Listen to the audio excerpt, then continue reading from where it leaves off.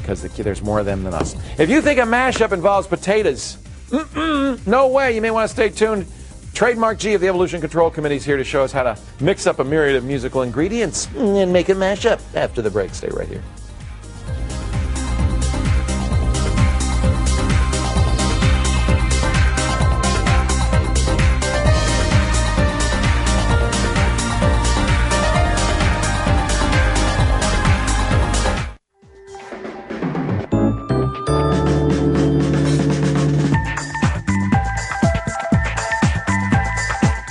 We live in a very interesting world. Technology has allowed us to remix, rejigger, change things in our environment to suit our own creative urges. You may have heard the phrase mashup before. It's when somebody takes the vocal line from one song and grafts it to the music from a different song to create a hybrid of the two that is oftentimes better than the originals, and just at the very least opens your eyes and makes you smile. I would say that the first mashup was created by this fellow here, Trademark G of the Evolution Control Committee. Mark Gunderson, it's so great to meet you. Great I am back, a huge fan. People are familiar with perhaps Rocked by Rape, which was Dan Rather in the CBS Evening News, That's right. and just a bunch of clips. Mashed over AC/DC. It was fantastic. Thank you. The first one you say was around 91, was the first one you did? You know, I mixed the first draft of it in 1991, and it staggered for a while or whatever, finally getting onto a tape release in 1994, getting on a record in 1996, and that's when it really hit. And other people heard it, people like Negative Land, and said, we got to do this, and really a whole genre. And now, now there is a whole genre out of it. Yeah. In fact, this last month we actually performed in San Francisco at a club night called Booty, which is at the DNA Lounge. And every month they play only mashups. They DJ mashups the whole night long. So this is what's interesting. Now, your first mashup, you found two songs?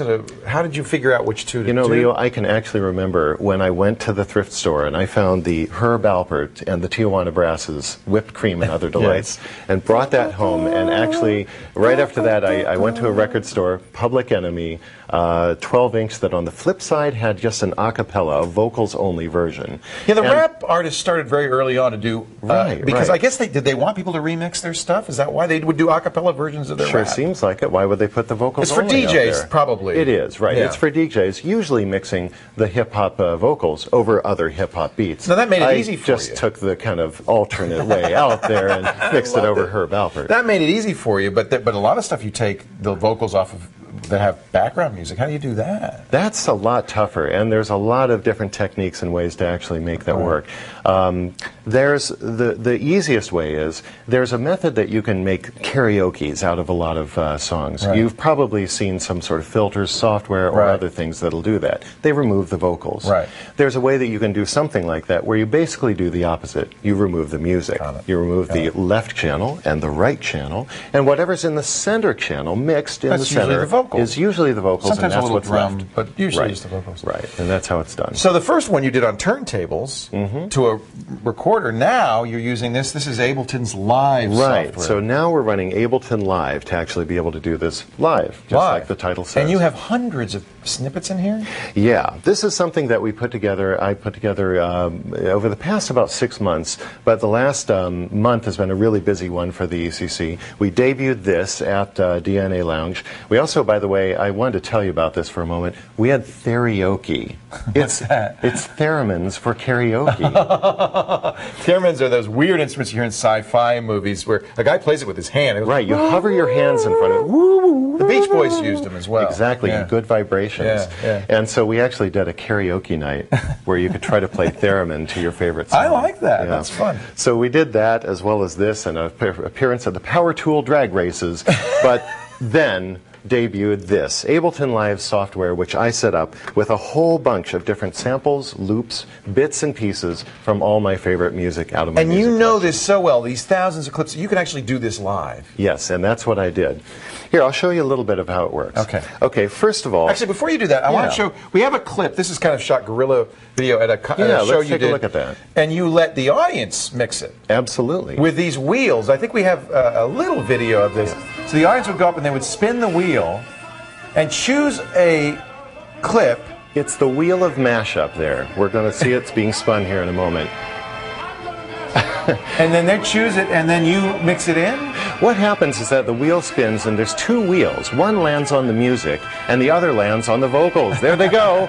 Okay, the yellow one's going to land on some vocals, and the green one landed on some music. How can you make it work, I mixed it no matter what? Right then. How is it that you can make it work no matter what? That's the magic of Ableton Live. Show us now. We're going to see the computer. Okay, this must great. have been a fun show. I wish I had seen it. It was incredible. So here's how it works. I have Ableton Live set up here. Right. And for instance, I'll take one sound here.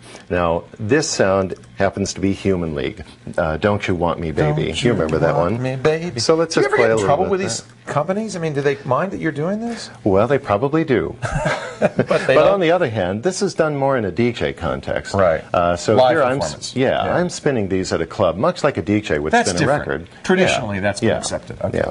Okay, so let's take a look here back at this. Human Leagues is loaded up here, and down on the lower right here, I have a waveform, and I can zoom into this. Ableton Live makes this really easy to be able to see the waveform That's and work the actual with it. music. In fact, you can see the beat very clearly. It is. As those... Watch here, and I'll start playing it, and you can see the scan line going across the waveform. Right. Here comes the music.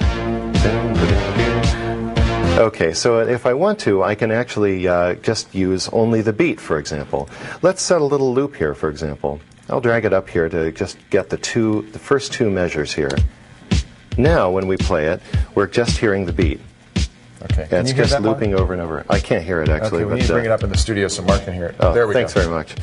Okay, so here I can isolate little bits and pieces of the songs that I want. Maybe I just want the beats for it, or maybe I want the chorus bit, or just a little break in the middle of the song. This way I can do that. I can also drop flags, as you can see here. You've got it marked where the music zooming in here on some little yellow flags that are actually beat markers that I can drag around and make sure that the beat actually falls on time. So that's how you get things to match. Exactly. Do you ever change the key or the pitch to make it match too? You can do all that too. For instance, over here is a transposition setting, Look how easy so I can it is. make that lower or higher. It's almost as if they made this software for doing what you do. Exactly.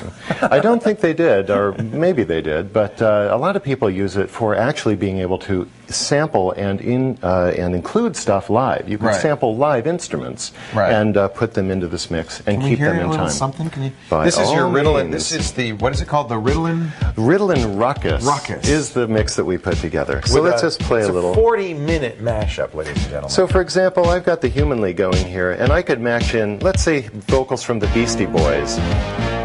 Can't you walk, you don't stop, because you can't you walk, you don't stop, because you can't you walk, and you don't stop. Now I've dragged it up here. This scary-looking screen is full of so many samples. I've got 6 gigabytes you must have of the samples. kind of memory that can really pinpoint these things and find them right away. I don't know what the audio equivalent of a photographic memory is, You've but got it's it. probably it, yeah. Wow. So I've got all these 6 gigabytes of samples directed here. Let's say, for example, I might want instead I Feel Love from Donna Summer. Or maybe it might be better mixed with, say, the vocals from Black Sabbath. Oh, where did I put them? Hold on. Where is Ozzy? That's going to be under a cappella. I have all these columns sorted here by different styles.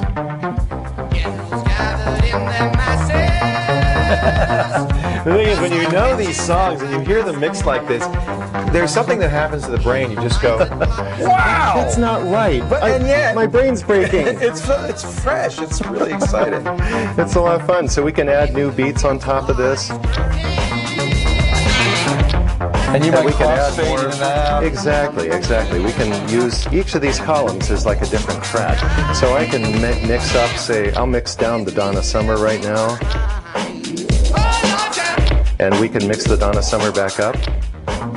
Wow. Or the beat out. So this is how it works. You can actually mix and match anything you want to make whatever comes out. Software's called Live. It's from Ableton. Yeah. But really, I don't think you should run out and buy the software. You got to have a brain like this guy to begin this whole process. Yeah, it helps. If you want to hear some of his remixes, they are online. Evolution-control.com. I am a huge fan, and it's a real honor to have you on. Trademark G of the Evolution Control Committee. Our show notes have more, too, as well as that link at callforhelptv.com. That is so cool. Thanks, Leo. Thanks, Mark. One more chance to get the right answer to our next tech quiz. Question of the day. In what year did the first web radio station launch? Was it 89, 99, 93, or 1901? I remember that. It was a spider web. Go to the website.